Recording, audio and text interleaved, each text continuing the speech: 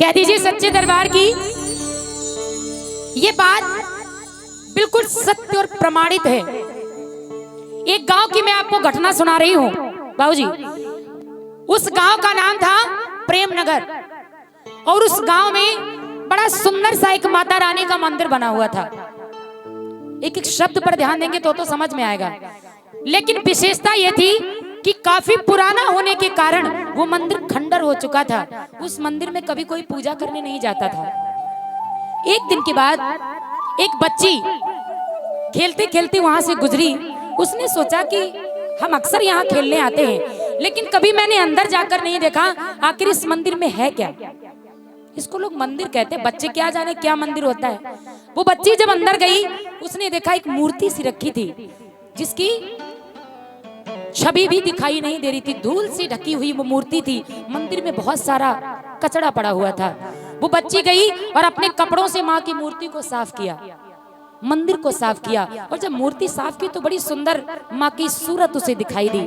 उस लड़की ने मंदिर को साफ किया, अपना काम किया और वो घर चली गई।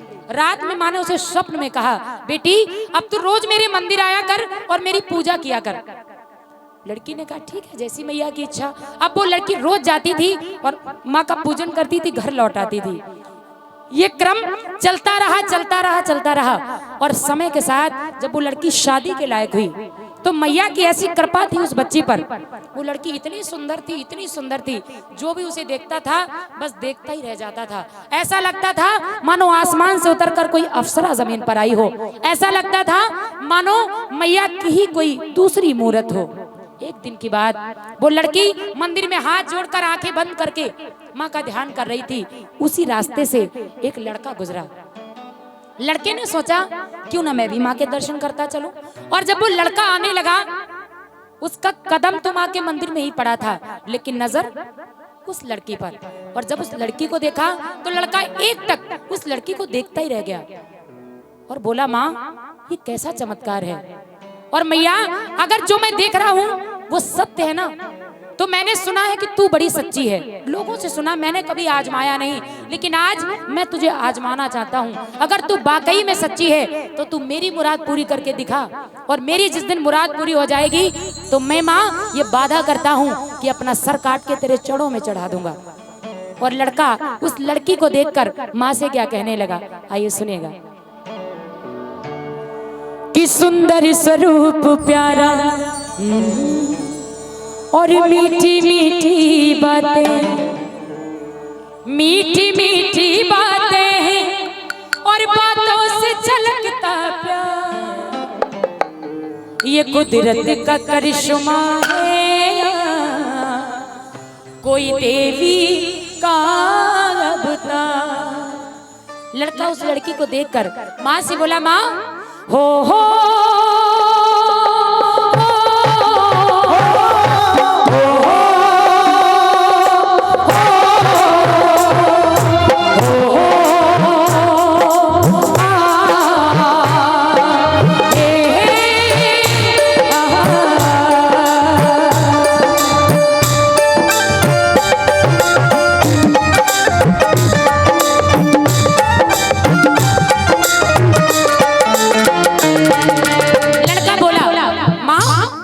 ये सुंदर स्वरूप प्यारा और मीठी मीठी बातें, सुंदर स्वरूप प्यारा और मीठी मीठी बातें, और मीठी मीठी बातें हैं बातों से झलकता प्यार। ये कुदरत का करिश्मा है या कोई देवी का अवतार। कुदरत का करिश्मा है या कोई देवी का अवतार।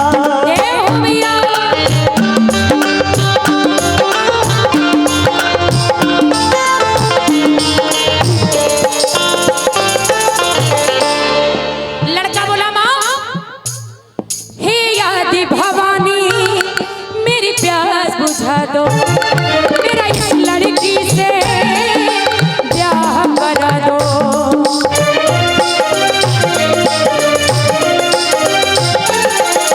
हे मैया, हे आदि भवानी मेरी प्यास बुझा दो, मेरा इस लड़की से ब्याह करा दो।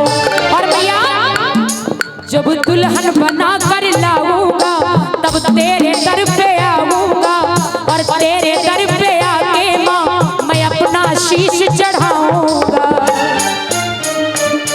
तेरे मंदिर में आ सर अपना तुझे चढ़ा, तेरे मंदिर में आ सर अपना तुझे चढ़ा, तेरे मंदिर में आके अपना वचन निभाओ।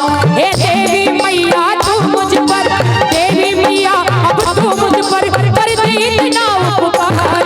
कुदरत का करिश्मा है या तेरी अवतार, कुदरत का करिश्मा है या देवी का अवतार।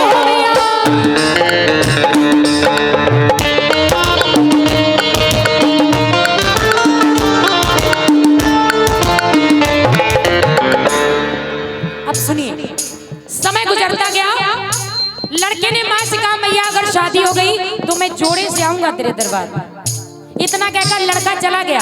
समय गुजरता गया। समय के साथ वो लड़का भूल गया कि मैंने माँ से कोई वादा भी किया है या कुछ मांगा भी है, लेकिन माँ अपने भक्तों की फरियाद कभी नहीं भूलती। माँ की कृपा से कुछ ही समय के बाद उसी लड़की से उस लड़के की शादी हो गई। दुल्हन घर में आ गई। 4-6 दिन व्यतीत हो गए। गांव की कुछ महिलाएं बहू को देखने आई थी। अचानक आपस में बात कर रही थी, वाह रे मैया तेरी अजीब लीला है, तूने कितनी प्यारी इन दोनों की जोड़ी बनाई है। लड़के ने जैसे ही सुना, अरे मैं तो भूल ही गया था, ये लड़की तो माँ की मेहरबानी से मुझे मिली है। तब तक देखा उस लड़की को लेने उसका पिता उसके भाई आ गए। छोटा सा साला भी साथ में आया। लड़के ने जैसे थाली पूजा की तैयार की और मंदिर जाने लगा। साले ने टोका, अरे जीजा जी हम अभी अभी आए और आप चल दिए, कहाँ जा रहे हैं? जीजा जी बोले मंदिर जा रहा हूँ। कहने लगा मैं चलूँ आपके साथ? अब जीजा जी तो जीजा जी चलो भाई। जैसे ही चले उस पत्नी ने टोक दिया। लड़की ने कहा कहाँ जा रहे हैं आप? कहने लगा मंदिर जा रहा हूँ अभी आऊंगा, मुझे भी ले चलिए, मैं भी चलूँ आपके साथ। लड़के ने कहा ठीक है चलो। अब दोनों को लेकर वो लड़का चल तो दिया, लेकिन सोच रहा था कि जो मैं करने जा रहा हूँ वो कैसे करूंगा, ये दोनों मेरे साथ जा रहे हैं। कुछ दिन बीते तो वो समय है आया, लड़का लड़की को घर ब्याह के लाया।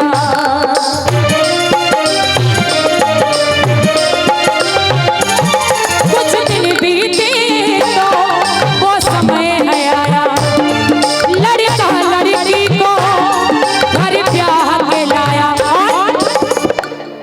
जब आई याद बचन की है कि तैयारी पूजन की है, जब आई याद बचन की है कि तैयारी पूजन की है। ले करके अपनी बाला संग में छोटा साला, ले कर अपनी बाला संग में छोटा साला। तीनों प्राणी जा पहुँचे, तीनों भगत वो जा पहुँचे इस मैया के दरबार। और फिर लड़का बोला माँ ये कुदरत का करिश्मा है या तेरी अवतार, कुदरत का करिश्मा है या देवी का अवतार।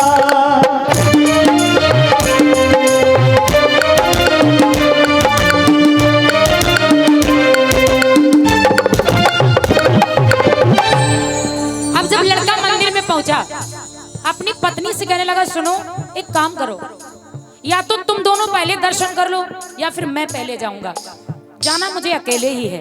लड़की बोली क्यों, ऐसा क्यों? बस मेरी इच्छा है कि मैं अकेले मंदिर में प्रवेश करूं। लड़की बोली कोई बात नहीं, मैं और मेरे भैया बाहर हैं, आप दर्शन कर लीजिए। लड़का मंदिर में पहुंचा। मंदिर में पहुंचकर सबसे पहले माँ का पूजन किया, और पूजन करने के बाद मैया की ही तलवार ली और अपना सर काट दिया। अब जब सर काट दिया, ना कोई चहल पहल और ना ही कोई आहट। लड़की कहने लगी भैया तुम्हारे जीजा जी नहीं लौटे, जरा जाकर तो देखो। अब जब साला मंदिर में पहुंचा, मंदिर से कोई ना लौट के आया, तब उस लड़की का दिल घबराया। मंदिर से कोई ना लौट के आया, मंदिर के अंदर साला आया। तब साले को हुई है चिंता बड़ी, जीजा की देखी लाश पड़ी। साले को हुई है चिंता बड़ी, जीजा की देखी लाश पड़ी। अब वो सोचने लगा कि कैसे समझाऊं मन को, क्या उत्तर दूंगा बहन को, कैसे समझाऊं मन को, क्या उत्तर दूंगा बहन को। त्रिशूल भवानी का लेकर, त्रिशूल भवानी का लेकर अपना सर दिया। भैया ने सोचा मैं कौन सा मुंह लेकर अपनी बहन के पास जाऊं। भैया ने भी माँ का त्रिशूल निकाला और अपना सर काट दिया। अब ना भाई लौटा और ना पति लौटा। लड़की बड़ी परेशान थी, जो जाता है वो लौट कर आता ही नहीं। लेकिन मंदिर से एक खून की धार बह करके आई। लड़की ने जब इतना सारा रक्त देखा तो वो पागल हो गई। और जब व्यक्ति हद से ज्यादा दुखी होता है तो वो पागल ही हो जाता है। लड़की दौड़कर मैया के मंदिर में पहुंची तो देखा एक तरफ पति का सर पड़ा था, एक तरफ भाई का सर पड़ा था। कहने लगी बाहरी मैया तेरी बड़ी अच्छी लीला है, मेरे बचपन से लेकर आज तक तेरी पूजा की और तू वाकई में पत्थर की ही रहेगी और पत्थर की ही है। आज मैंने मान लिया कि तू पत्थर की ही है। ना तो मैं मायके की रही और ना ससुराल की। तूने मेरा भाई भी छीन लिया और मेरा पति भी। अब मैं भी जिंदा रहकर क्या करूंगी।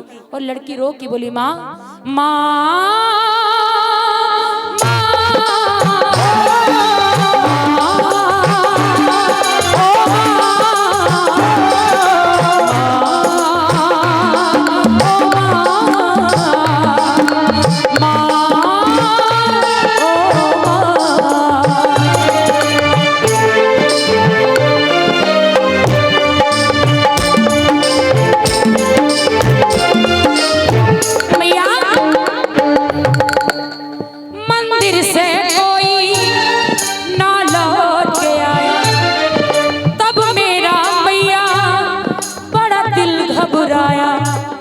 और मैया पूजा का फल कैसा दीना, ये छीन मेरा भैया लीना।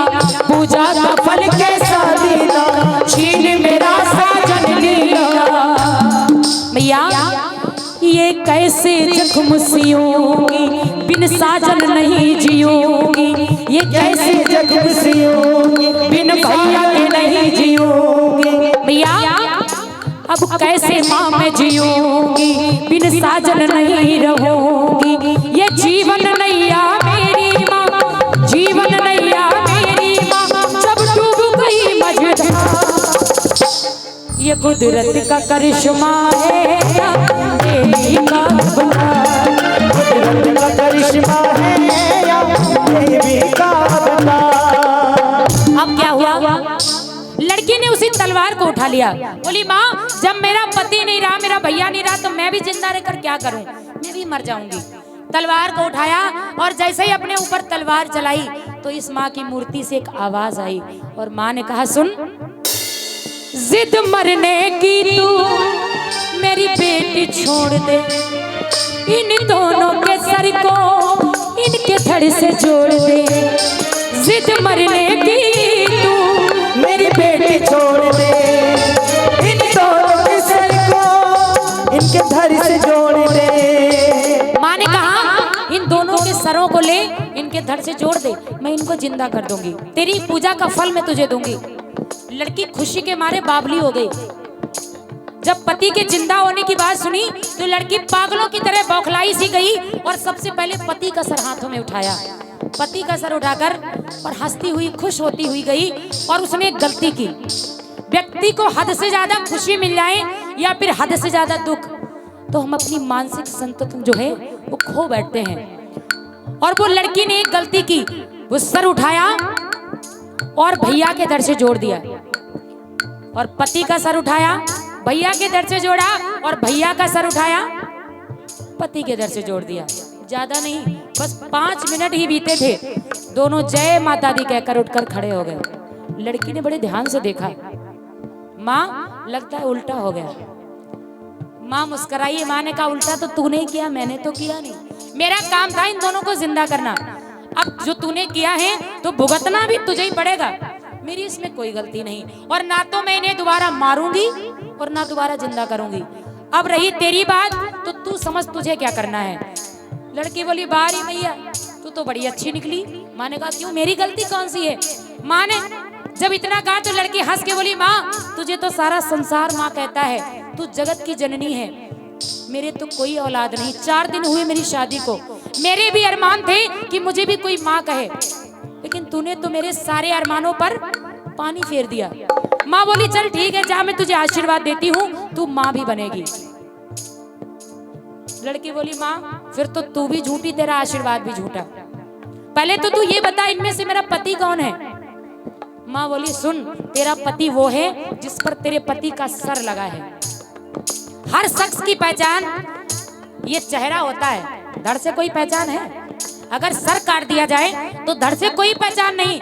अगर सर से पहचान ना होती तो रावण की बहू सुलोचना अपने पति का सर लेने रामादल थोड़ी ना जाती, वो धड़ के साथ ही सती हो जाती।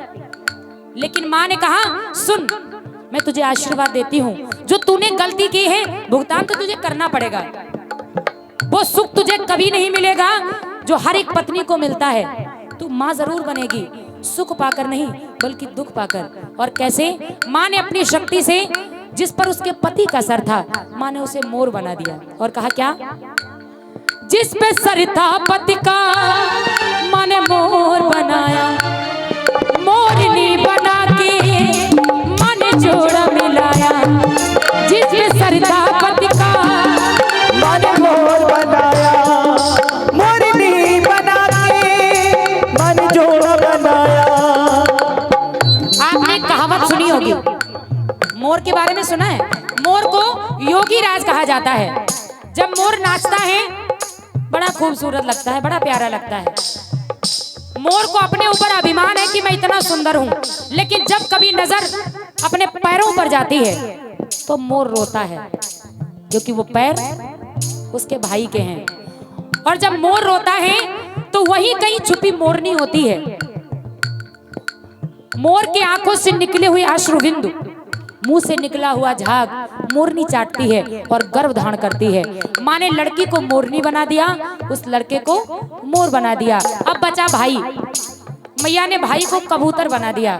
आपने देखा होगा सारे पक्षियों में सबसे भोला और सबसे सुंदर पक्षी होता है कबूतर, और जितना सुंदर वो खुद होता है उतने ही प्यारे उसके पैर भी होते हैं। और माँ ने आशीर्वाद दिया और कहा क्या?